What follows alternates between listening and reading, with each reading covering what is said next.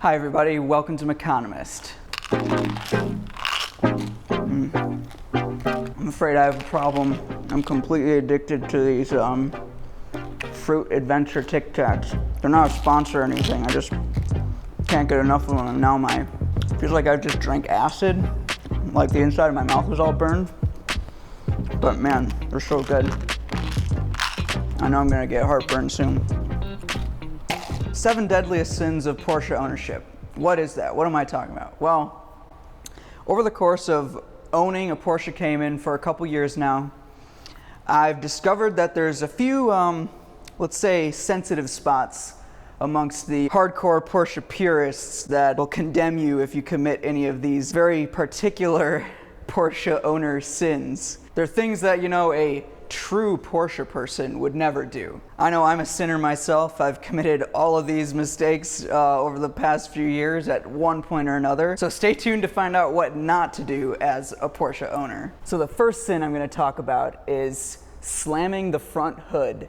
I know I've mentioned this in previous videos, but in one of my very first videos on this channel, I just kind of slammed this hood down. And I immediately got like 500,000 comments saying, "Oh my God, I can't believe you slammed your front hood. You're gonna destroy it. You're gonna dent it. It's made of aluminum. What are you doing?"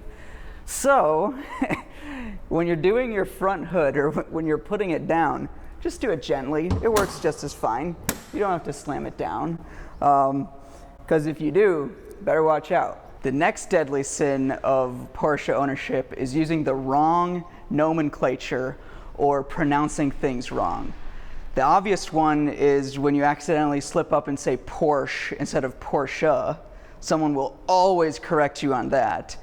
But it's a little bit of a two-edged sword, because if you say Porsche here in America, some people will think that you're just trying to be pretentious and hoity-toity, and so you'll get frowned at for that. But if you say Porsche, my goodness, you'll be corrected right away by any Porsche purist. Other nomenclature that you'll immediately get admonished for is saying V6 instead of flat 6, because obviously real enthusiasts drive flat 6s, not V6s. V6s is for sedans and pickup trucks these days, right? And of course, if you do say V6 instead of flat 6, you can be sure that some helpful, pedantic Porsche person is going to come up to you and explain to you why a flat 6 is better than a V6 and why it's called the Boxster engine sometimes, because those pistons are punching at each other like this, baby, not punching down like this. And of course, flat 6s really are the engines for adventure, because if you really want to have an adventure, you're going to use a flat 6 car, not a V6 or a V8 or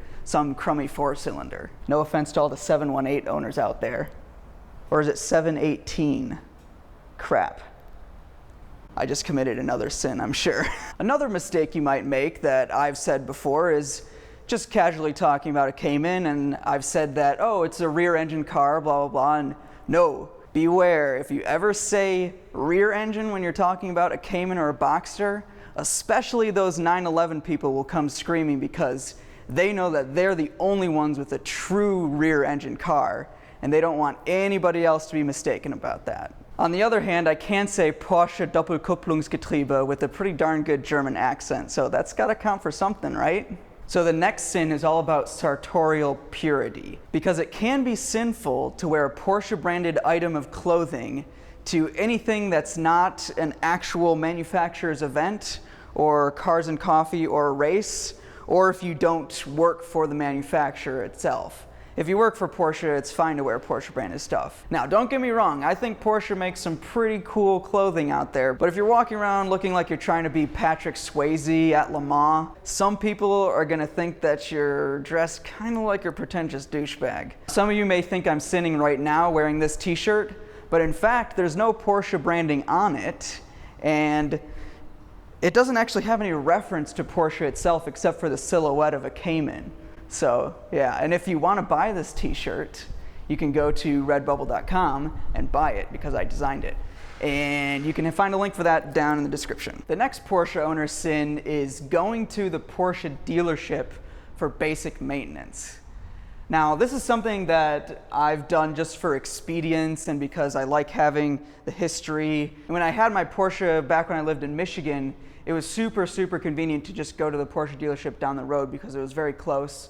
And I had a good relationship with the guy there, and it was just a good place to go. But you will pay a lot more money than you really have to for basic maintenance. So of course, when I talked about doing maintenance at the Porsche dealership in a video, I got like 100,000 comments saying, "Oh my God, you got ripped off so badly. I can't believe you would take your Porsche to a Porsche dealership. They're just gonna gouge you, especially in a used Cayman. Why would you do that?" So admittedly, I did overpay for just an oil change and new windshield wipers, but since then, I've been going to independent shops for my basic maintenance needs. It's gonna save you a lot of money if you just do basic stuff at an independent shop. Plus, you won't be embarrassed when people call you out and say that you've just gotten ripped off. So the next one is probably the sin that I disagree with the most, but every time it comes up, I get a ton of comments saying, "Why the heck would you do that?" And that's letting other people drive your Porsche.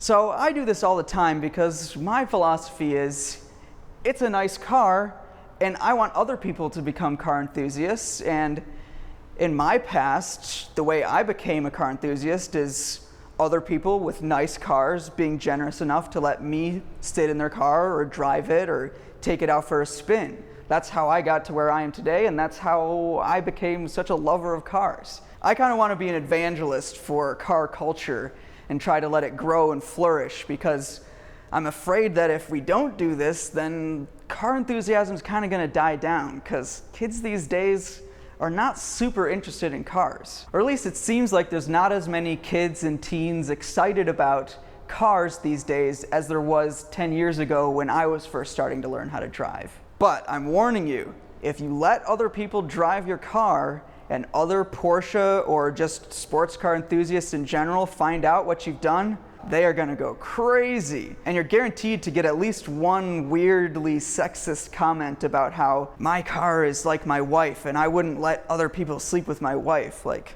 it's a car, it's not a person, jeez. Love you, baby.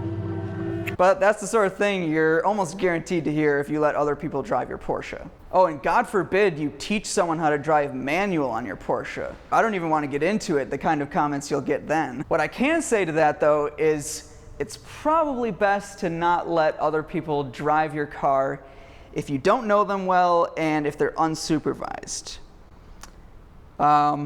If you want to learn more about that, check out my Turo videos about renting my car out on Turo, because I have some pretty good reasons for saying that. So the next sin is a genuine warning, because you can end up in a situation like I did about a year ago. This is a sin that's going to have real-world consequences, not just consequences in the Porsche afterlife. And this sin is leaving your Porsche out, especially if it's an older one, in the sun in high heat and humidity. What can happen is your headliner, or the glue between the headliner and the roof, can come undone because of the moisture and the heat combined, and then your headliner sags. And it's not a great look, and it kind of blocks your vision in the mirror. Do your best to try to park it in the shade or keep it out of the really, really hot and humid weather. And I think if I had to do it all over again, I would have gotten one of those reflective windshield things just to keep the interior temperature down as much as possible, because that sagging headliner is a real pain in the ass. It's fine now because I've just safety pinned it up, but yeah. So the seventh and final deadly sin of Porsche ownership is using an automatic car wash. Now I know, I can already feel a lot of you guys clenching up with anxiety hearing about a Porsche going through an automatic car wash. If you do this, be prepared to get some backlash from the Porsche purists, because for some reason it seems like real Porsche purists are obsessed with the paint and the clear coat on their cars and how much depth there is left and all the horrible things that can happen in an automatic car wash. In all honesty, this is a sin that I commit quite frequently because it's a car, so I just use a car wash and I think it still looks fine.